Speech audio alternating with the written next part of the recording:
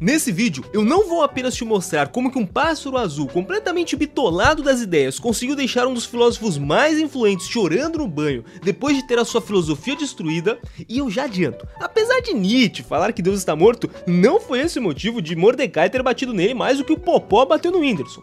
Como também vou te ensinar a manipular qualquer pessoa usando desenhos animados.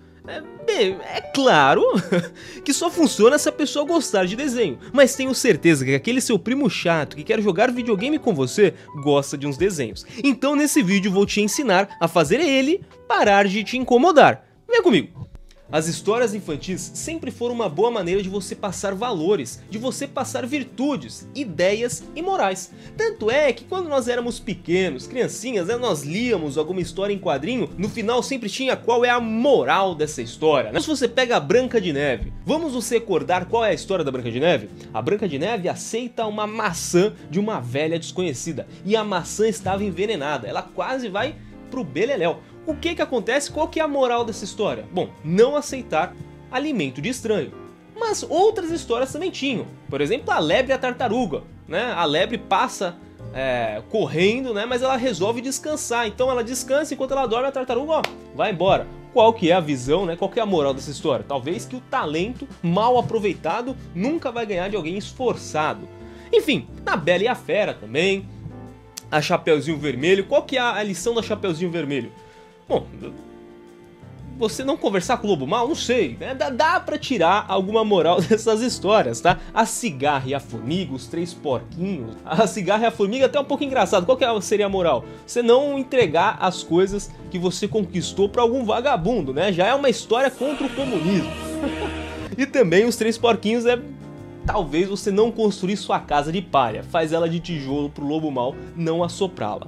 E por mais que os tempos mudem, uma coisa não muda: educar as crianças. As nossas crianças precisam ser bem educadas, e uma das melhores maneiras de educá-las é utilizando os desenhos animados. Então se você quer convencer o seu primo de que não é uma boa ficar pedindo para jogar videogame com você, você pode criar uma história em que o coleguinha que fica pedindo pro outro pra jogar videogame é abduzido por um alien. Ele vai ficar com medo e não vai fazer isso. Ou você desenha, sei lá, o Superman e fala: olha, o Superman não quer que tu jogue. E aí ele vai falar: opa, então não vou jogar. Essa é uma boa maneira, tá bom? Os desenhos, eles sempre vão apresentar características dos seus escritores, qualquer um destes, ou então daqueles que assistem. E a história de hoje que eu vou falar pra vocês é de um desenho chamado Apenas um Show. Em 2010, na Cartoon Network, lança um desenho que é conhecido por marcar a geração Z, junto com Hora de Aventura e Ben 10 Supremacia Alienígena, que é Apenas um Show. Nesse desenho nós acompanhamos Mordecai e o Rigby.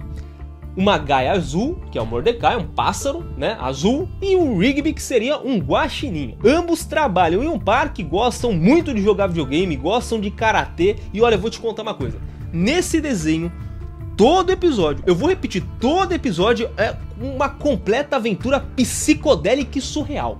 Eu não consigo me convencer de que quem escreveu os roteiros dos episódios desse desenho estava puro. Não é possível que essa pessoa estivesse pura.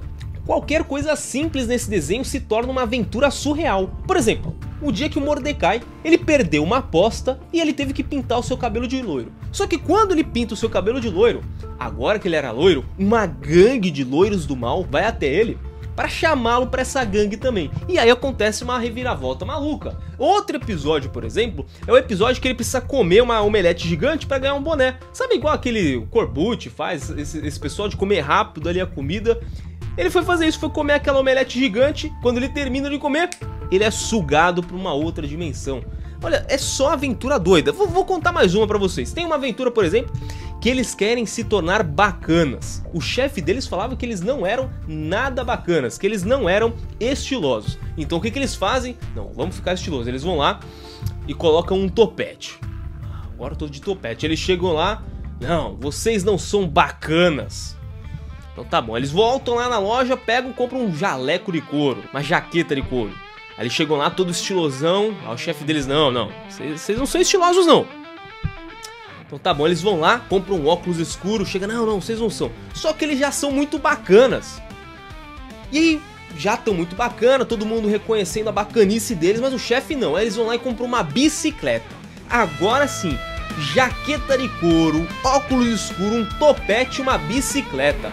Meu querido, os caras eram o ápice da bacanicidade do universo. O que acontece? Os deuses do universo decidem que eles devem sofrer uma pena de morte. Por quê? Porque eles eram tão bacanas que estava desequilibrando o universo. Esses dois prejudicaram o equilíbrio de um universo descolado. Pra vocês entenderem o quão doido e o quão maluco e psicodélico é esse desenho. Mas nós vamos falar de um episódio em específico. Só que antes precisamos conhecer quem foi Nietzsche. Friedrich Nietzsche, um filósofo alemão do século XIX que contraria a veracidade da lei moral, da cultura, da religião de sua época e, além disso, se destacou por obras como O Anticristo, Assim Falou Zaratustra, Além do Bem e do Mal, Deus Está Morto, entre outras e outras obras. Eu pessoalmente acho que Nietzsche não tenha sido um filósofo, por quê? Porque o termo filosofia vem de duas palavras em grego. Philos, que significa amor, e sofia, que significa sabedoria. Filosofia, né? Amor à sabedoria. Os filósofos são aqueles que amam a sabedoria, amam o saber, buscam as virtudes. E Nietzsche vai contestar essa busca pelas virtudes, essa busca pelo bem moral e essa busca pela sabedoria e pela verdade. Então, nesse sentido, ele é como se fosse um antifilósofo. Só que Nietzsche, em específico, ele tem um problema com a verdade. Verdade da qual Nietzsche não acreditava. Ele dizia que as verdades são meras ilusões, meras metáforas que nunca irão representar a realidade. Ele vai dizer que não existem verdades imutáveis. E vai dizer que essas supostas verdades são apenas ilusões criadas pelos mais fortes, pelos opressores, a fim de se beneficiar. Ou seja, ilusões controladoras para manipular os mais fracos. Para Nietzsche, o mundo é vontade de poder, então os homens criam falsas verdades e entram em certos grupinhos. Por exemplo, o cientista. O cientista tem vontade de poder conhecer e dominar a natureza. Então ele cria falsas verdades, falsas leis físicas e químicas e biológicas para que ele possa brincar que controla o mundo. Mas seria tudo uma ilusão. Na verdade, o cientista não sabe de nada. Do outro lado, nós temos também os sacerdotes, que criam falsas religiões e falsas doutrinas para manipular também. Mas qual que seria o problema? Em um episódio específico de Apenas um Show, que é o que eu quero comentar com vocês, os protagonistas estão lá deitadões, jogando videogame, com o pé na mesa e comendo pizza, até que chega o patrão deles e... o patrão deles, como eu disse, é um desenho surreal. É uma máquina de chiclete, aquela que você coloca uma moeda de R$1, você gira assim, ó, e cai ali um chiclete pra você comer, uma bola de goma, né, de mascar. O patrão deles joga um livro em cima deles, assim, o nome do livro, um livro grande assim, Regras da Casa. Agora eles têm que seguir aquelas regras, eles abrem assim, não jogar videogame, aí passa a página assim, não colocar o pé na mesa, aí passa de novo, não comer pizza. Eles não poderiam fazer nada daquilo que eles já estavam fazendo, então eles se revoltam. Não, eu não quero acreditar, né? Eu não quero seguir as regras do nosso patrão, do Benson, né? Eu quero viver em um mundo que não tem regras. Eu quero viver num mundo em que não há verdades. Então eles começam a trilhar um caminho niilista. Benson, que seria a máquina de chicletes, é como se fosse o opressor que cria falsas verdades, cria falsas regras. Por que eles deveriam seguir? Toda vez que eu falar de regras, imaginem isso como se fossem verdades, porque são, nesse contexto, quase como sinônimos. Então eles decidem sair do emprego, eles decidem sair de casa e buscar um lugar onde não existem regras, porque eles cansaram, eles não querem seguir regra nenhuma. Então eles vão para vários lugares, vão para casa dos outros, mas sempre tem regra na casa dos outros. Eles vão para as ruas pensando, não, pelo menos na rua, né? Por mais que eu vire mendigo, não vai ter regra. Tem regra sim, porque eles não podem ficar em qualquer lugar, senão os mendigos vão lá e falam, não, esse banco de praça é meu. Até lá tem regra, entendeu? Então em todos os lugares do mundo existem regras. E agora, o que acontece com nossos protagonistas? Eles descobrem um mundo mágico dentro da lixeira. E olha que simbologia, dentro da lixeira existe um mundo mágico que não existem regras. Então eles entram lá, pulam dentro da lixeira, em um mundo que não há regras. Nesse local, o total caos reina, ou seja, não existem regras, nem regras morais, nem regras físicas. Ou seja, a gravidade não funciona. Se Se você quiser, você pode sair voando. Por quê? Porque não existe lei da gravidade lá não. A lei é uma verdade. E não existem verdades nesse mundo. Não existem regras. E não existem regras morais. Ou seja, você pode matar os outros, você pode roubar os outros. Tanto é que, enquanto eles estão lá nesse mundo, né? Alguém vai lá e pum! Passa a mão na carteira de um dos protagonistas. Ele fala, mas você roubou minha carteira. Aí o camarada fala, aqui não tem regra que proíbe roubar os outros não.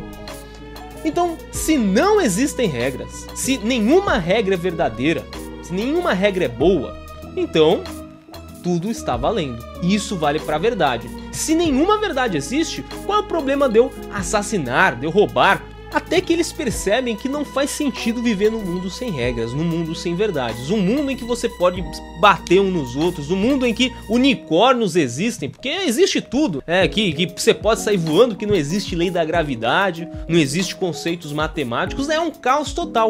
Até que o Mordecai, num êxtase de sabedoria, ele vira e fala assim: poxa, mas nesse mundo existe pelo menos uma regra, não existe não? Você tem pelo menos uma regra aqui embaixo. Tem uma regra contra a regra. Aí o cara fala, não, aqui não existem regras. Ele fala, então não existe uma regra que proíba regras. E com essa frase, ele acaba com Nietzsche. E por que ele acaba com Nietzsche nessa frase? Porque se não existem verdades, se todas as verdades são ilusões, então a ausência da existência de verdades não é uma verdade. E aí a gente entra no paradoxo. Com isso, Mordecai cria então um livro de regras. Não existe regras, então não existe regra que me proíba criar um livro de regras. Criou um livro de regras e começou a acabar com tudo lá, até que ele percebe que ele estava errado, ele volta lá pro Benson e acaba seguindo as regras do dono da casa.